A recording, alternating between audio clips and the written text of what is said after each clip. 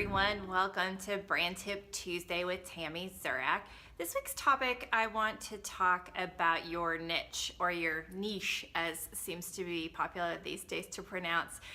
If you follow the Brand Tip Tuesdays and you're on my email list, I emailed all of you folks a question last week and wanted to know kind of one of your single biggest challenges, and I also posted it. If you follow my Instagram stories, you may have seen it there. So this is coming directly from that question.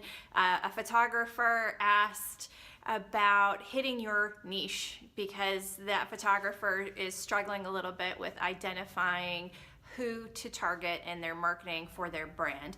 And if you don't have a specific target, it definitely makes it harder. So I want to talk about that today. So no matter what you do, you could be a plumber, you can be, anything, and you have to be specific, right? So if you're going to target your niche or niche, I'm just going to say niche from here forward.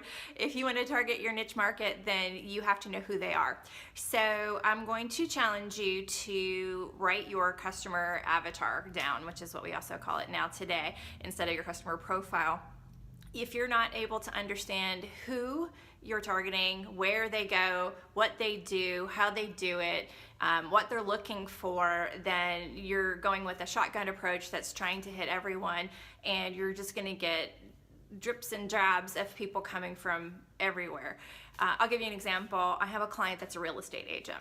Now, as a real estate agent, if you're a commercial real estate agent, you do commercial properties, that's a niche. If you do residential, some people would argue, well, everyone is your client because everybody has a house to sell if they live in a house or they want to buy a house.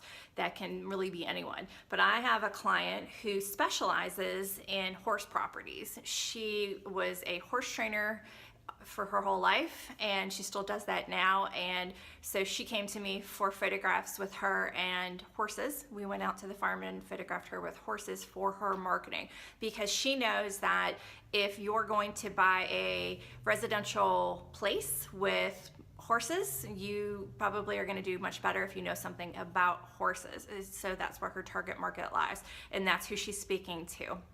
So if you're a plumber, I know a plumber who his branding is all about being open 24/7, no extra charge, etc. So if your pipes burst at 3 o'clock in the morning, you're probably going to think of him because you don't want to pay for that 3 a.m. service charge that other people might make you pay.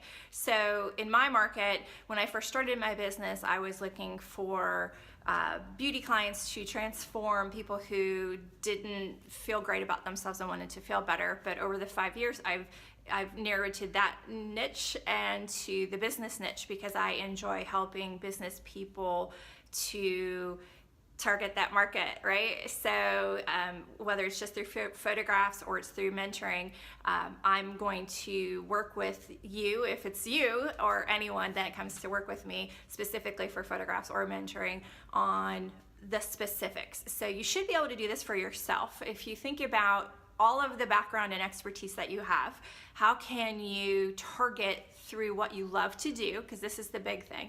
I love business, I love helping people, and I love transformation. If you've watched previous Brand Tip Tuesdays, you know transformation is my keyword. I help transform people through photography and through getting better business skills to grow their business with. So this is how you take it to the next step. You have to write it down. You have to figure out, if you can Google client avatar profile, you can write that down, or simply write, who is my client, where do they shop, what do they need, and how can I help them? You should be able to narrow down that funnel to those people that you want. And then once you have that list made, you can say, okay, now how do I speak to these people? What is the language? What are the things? How are you going to help them? This is really the key.